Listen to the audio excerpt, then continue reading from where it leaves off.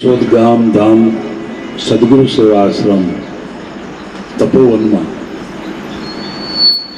ગિરનારથી નિજાનંદ આશ્રમના મહંત કૃષ્ણાનંદગીરી મહારાજ પધાર્યા છે.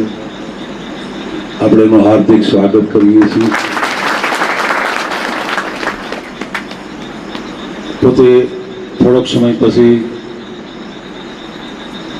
ગુરુ પૂનમનો મહિમા, આત્મજ્ઞાન વિશેની જાગૃતિ વિશેનો સત્સંગ પછી આપવાની વાત કરી છે. તો સંત વાણીનો દોર આગળ વધી રહ્યો છે. મધ્યરાત્રિ થઈ છે. શાંતિથી આજે તો ગુરુ પૂનમનો દિવસ છે. સંતવાણીનું આપણે પાન કરવાનું છે. હમણાં પ્રેમનાથ નાથજી બહુ સરસ વાણી બોલ્યા. તુમડિયા સબ તીર્થ કરાઈ તો એની કડવાશ નો નથી. કડવાશ કઈ કડવાશ? અનેક પ્રકારના કામ, ક્રોધ, લોભ, મદ, મોહ, ઈર્ષા, અનેક એવી અજ્ઞાન અવસ્થા, અંધશ્રદ્ધા, દોરા ધાગા, ડાકલા, બલી, પડચા, ચમત્કાર, અનેક પ્રકારની કડવાશ કીધી છે. બધી તીર્થોમાં ફરી છતાં કડવાશ મટે નહીં. પણ કોઈ સદગુરુ સંતની નજરે ચડી ગઈ અને એમાં કોઈ ભભૂતિ રૂપી રાખ, ભભૂતિ રૂપી રાખ એટલે સત્સંગ રૂપી એ રાખ વળી તો હારા હારાની કડવાશ મટી ગઈ.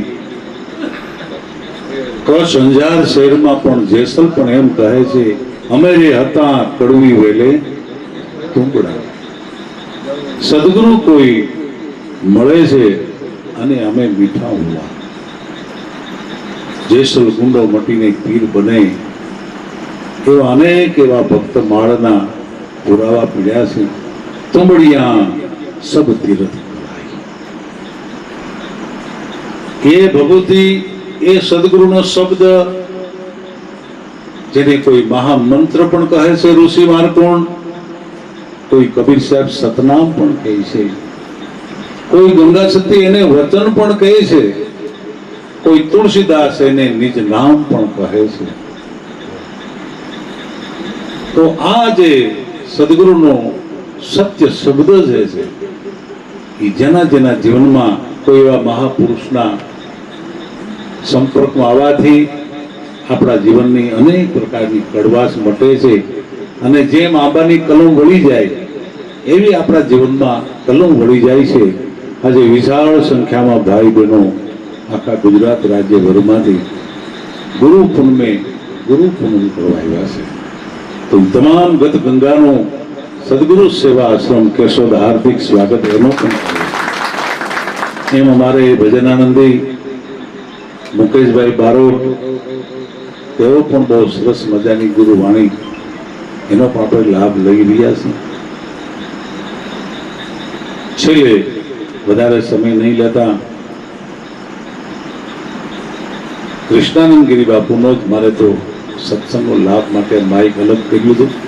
મને કે જરાક મને હા ઉતરવા દીધું, પછી હું સત્સંગ આત્મજ્ઞાન વિશે આપીશ.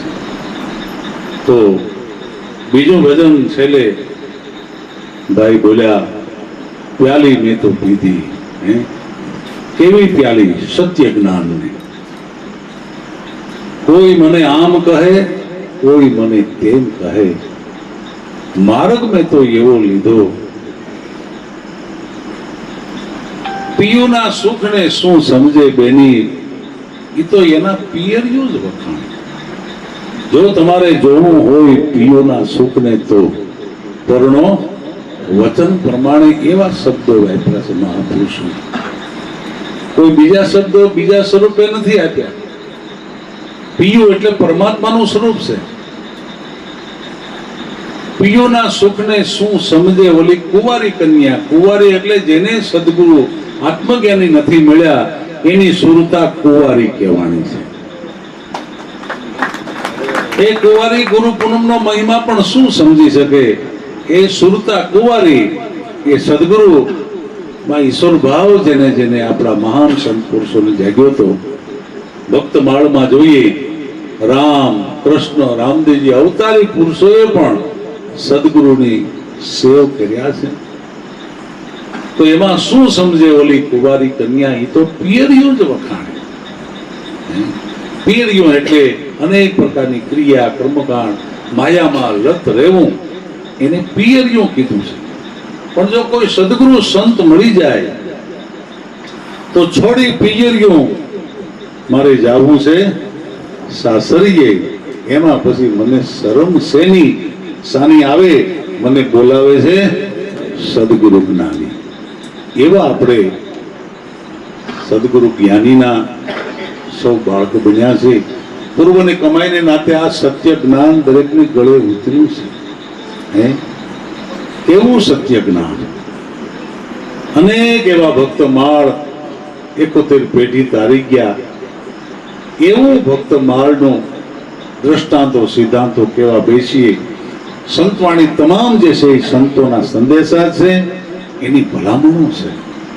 તો એવી ભલામણ, એવું જ્ઞાન આપણે જે મેળવું તો ખરું, વાત હવે ઠેઠ સુધી ટકી જવાની છે. બસ દાસ ઓ કહે હવે વિનંતી અમારી કે અમારો દોર ન તૂટે. આપણો દોર હવાયો થાય તો એને કોટી કોટી વંદન. પણ ડગલે ને પગલે ક્યાંક ને ક્યાંક આવરણ આપણા જીવનમાં આવતા હોય છે. એવા આવરણ પ્રહલાદના જીવનમાં પણ અનેક પ્રકારના આવ્યા. એમાં હગા બાપે પણ આડા ઉતર્યા હતા, છતાં પણ એને આ વાત ગળે ઉતરેલી હતી. એટલે સદગુરુ દેવ પછી એસી જડી જડી છે અપરંપાર, હવે તો ઉખેડી કોઈની ઉખડે નહીં, ભલે ને લાખો મધે લુહાર.